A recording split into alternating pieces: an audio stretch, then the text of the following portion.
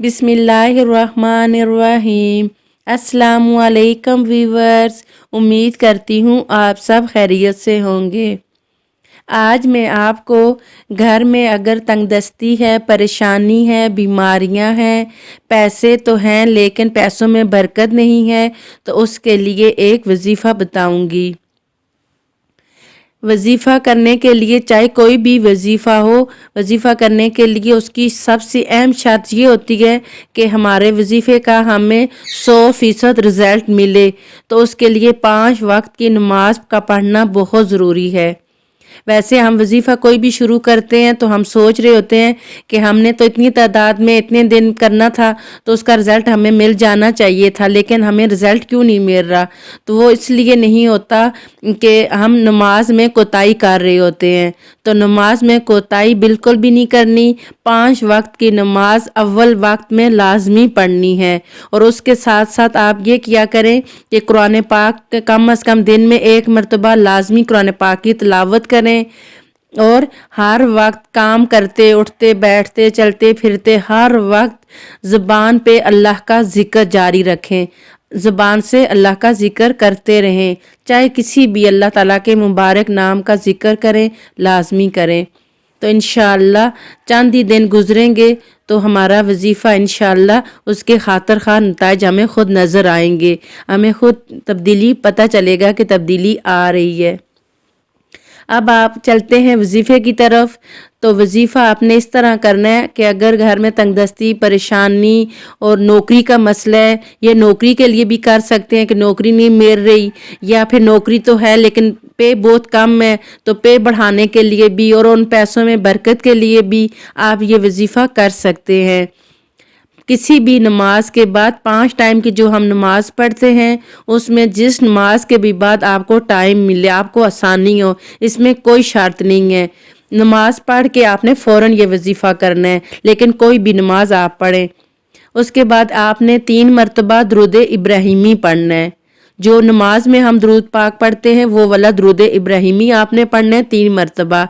उसके बाद आपने कुरान पाक की सबसे छोटी सूरत सूरतुल कौसर, इसको आपने 41 मरतबा 41 टाइम आपने सूरतुल कौसर को पढ़ना है। और आपने ये याद रखना है कि हर मरतबा बिस्मिल्लाहिर्रहमानिर्रहीम लाजमी पढ़ना है। हर मरतबा जब भी आप सूरत पढ़ेंगे तो यानी कि 41 मरतबा आप सूरत कौसर पढ़ेंगे तो 41 ही मरतबा आपने बिस्मिल्लाहिर्रहमानिर्रहीम पढ़ना है। जब आप ये मुकम्मल कर चुके तो उसके बाद आपने 41 मरतबा अल्लाह ताला का इस्म मुबारक है या रज़्ज़ाक़ु, या रज़्ज़ाक़ु, आपने ये पढ़ना है 41 मरतबा। आखिर में आपने फिर दुरूद इब्राहिमी 3 मरतबा पढ़ना है और उसके बाद आपने फिर दुआ करनी है।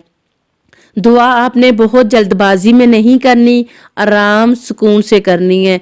जब आप दुआ शुरू करने लगे तो उसमें आपने ये करना है कि या अरहमुर राहिमीन, ये 3 मरतबा पढ़ना है। या अरहमुर राहिमीन 3 मरतबा ये पढ़ना है। और 3 मरतबा आपने पढ़ना है या जुल जलाली वल इकराम, या जुल जलाली वल इकराम 3 मरतबा आपने ये पढ़ना है। उसके बाद आपने फिर दुआ करनी है। और दुआ जब आप ख़त्म कर लें, आराम सुकून इत्मीनान के साथ दुआ करनी है।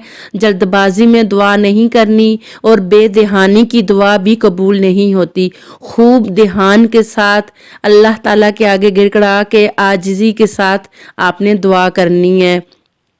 जैसे देखें हम अल्लाह ताला के मोहताज हैं, अल्लाह से मांगने वाले हैं।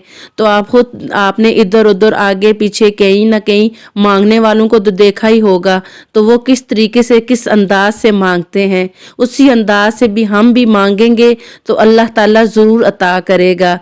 हम मांगते हैं अक्कड़ से, फ़ख्र से, गुरूर से, ऐसे नहीं मांगना चाहिए।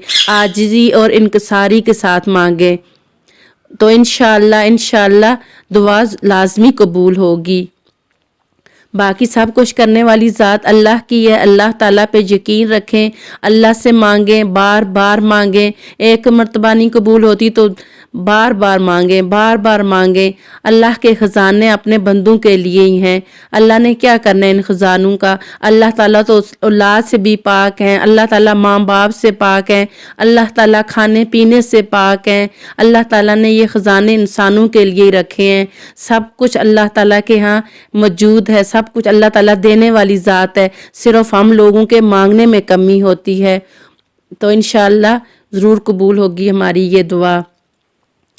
अगर आज की मेरी वीडियो आपको अच्छी लगे तो मेरी वीडियो को नेकी की नीयत से शेयर करें, लाइक करें, मेरे चैनल को सब्सक्राइब लाजमी कर दें और साथ में घंटी के बटन को भी प्रेस कर दें ताकि मेरी हर नई आने वाली वीडियो का नोटिफिकेशन आपको आसानी से मिल जाए। दुआओं में याद रखें। अल्लाह हाफिज़।